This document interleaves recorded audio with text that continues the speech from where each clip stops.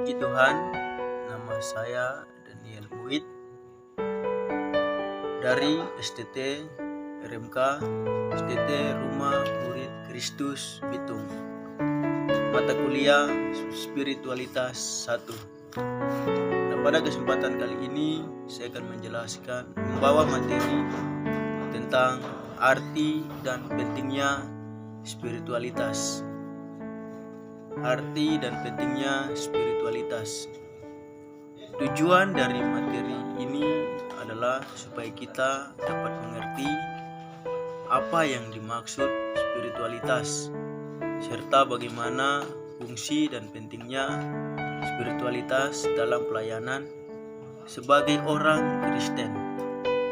Jadi sebelum kita masuk lebih lagi, saya akan menjelaskan apa yang menjadi identitas manusia. Yang pertama, manusia diciptakan menurut gambar dan rupa Allah. Kita bisa lihat dalam Kejadian 1 ayat 27 dan ayat yang ke-27, ayat yang ke-26 dan ayat yang ke-27. Nah, sekarang gambar dan rupa Allah itu bagaimana?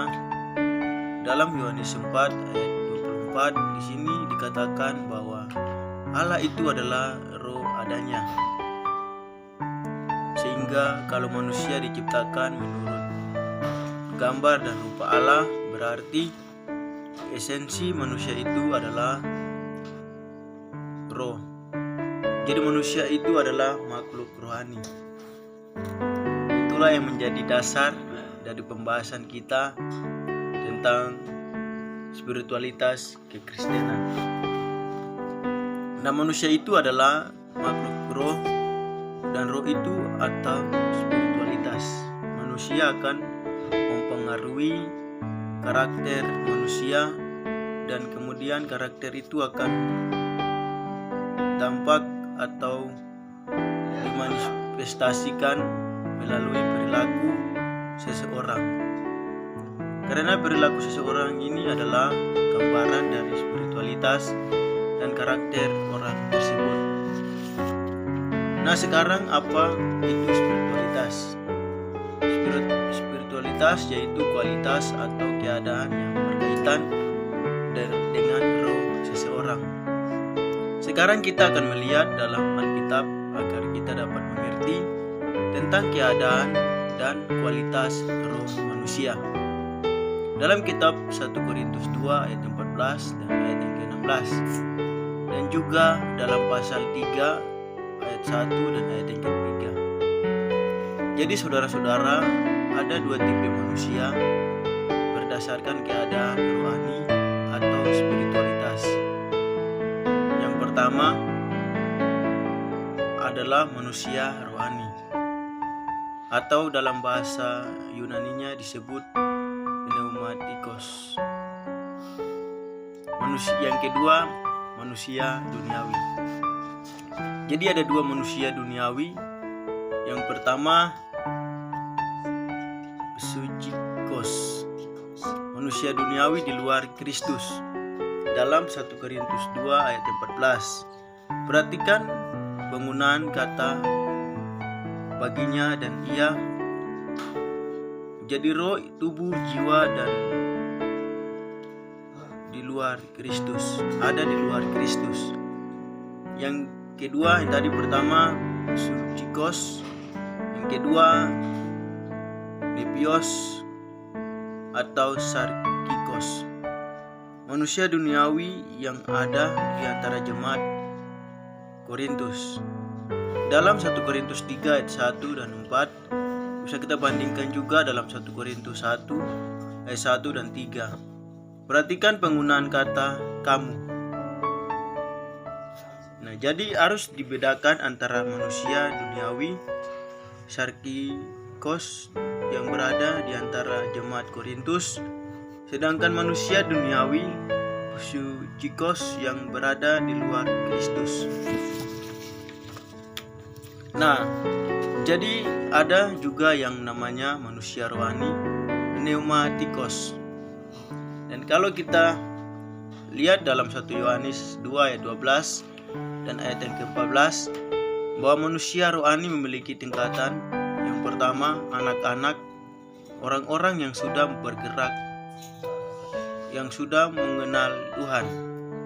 Yang kedua, remaja, orang-orang yang mengerti firman dan kekuatan rohani untuk mengalahkan yang jahat. Yang ketiga, dewasa, orang yang memiliki karakter yang setia dan tahan uji. Jadi karakter sangat ditentukan oleh spiritualitas. Nah, apa itu karakter? Kalau kita lihat dalam kamus bahasa Indonesia, karakter yaitu sifat atau batin. Sifat, tanda yang menetap, tanda itu bisa dilihat melalui perilaku. Jadi karakter itu bersifat abstrak atau hanya dapat dilihat dari perilaku atau sifat. Nah, sekarang perilaku itu apa? Yaitu tanggapan atau reaksi individu terhadap rangsangan atau koneksi atau relasi. Jadi ketika ada rangsangan, ketika ada stimulus, maka orang itu bereaksi. Jadi reaksi yang sifatnya berulang, sifatnya selalu, sifatnya menetap, nah itu bisa jadi merupakan sifat karakter seseorang. Jadi perilaku itu hanya bisa terjadi kalau kita menanggapi rangsangan dari pribadi atau individu atau sesuatu yang memiliki koneksitas dengan kita, karena kita memiliki kapasitas untuk meresponi. Seperti yang kita tahu bahwa manusia itu terdiri dari tubuh, jiwa, dan roh. Jadi dalam tubuh ada alat indera sehingga memungkinkan manusia menanggapi rangsangan yang dari luar. Kemudian kita juga memiliki roh yang di dalamnya ada hati nurani dan intuisi. Kemudian kita juga memiliki jiwa yang memiliki pikiran, perasaan, dan kehendak, di mana kita bisa mengolah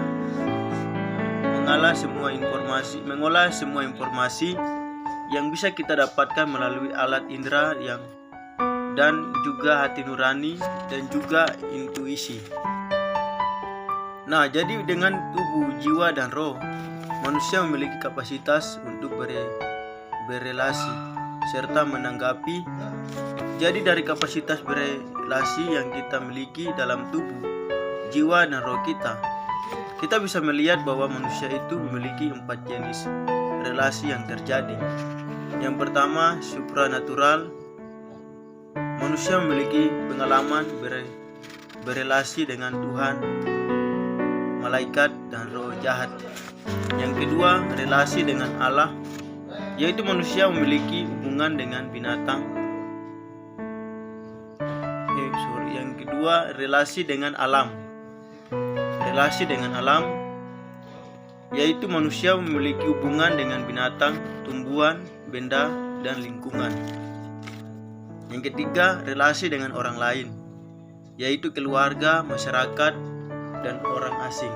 Yang keempat, relasi dengan diri sendiri, yaitu masalah, kebutuhan, dan anugerah, berkat, dan talenta.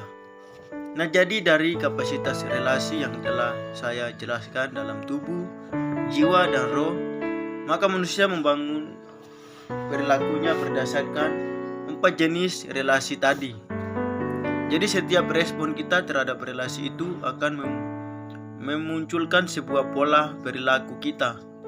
Jadi jika kita kembali lagi pada teori tingkatan spiritualitas, kemudian karakter, serta perilaku, dapat disimpulkan bahwa perilaku seseorang adalah manifestasi dari karakternya. Kemudian karakter seseorang akan dibentuk oleh spiritualitasnya. Jadi spiritualitas itu adalah bagaimana kualitas dan keadaan roh kita. Dan spiritualitas ini akan menjadi sangat penting karena menentukan karakter apa, sifat apa, waktu apa yang kita miliki. Apakah memuliakan Tuhan atau menjadi berkat bagi orang lain, serta mengembangkan diri sendiri untuk sesuatu yang baik. Puji Tuhan, itulah video materi yang saya bagikan. Semoga menjadi berkat. Tuhan Yesus memberkati.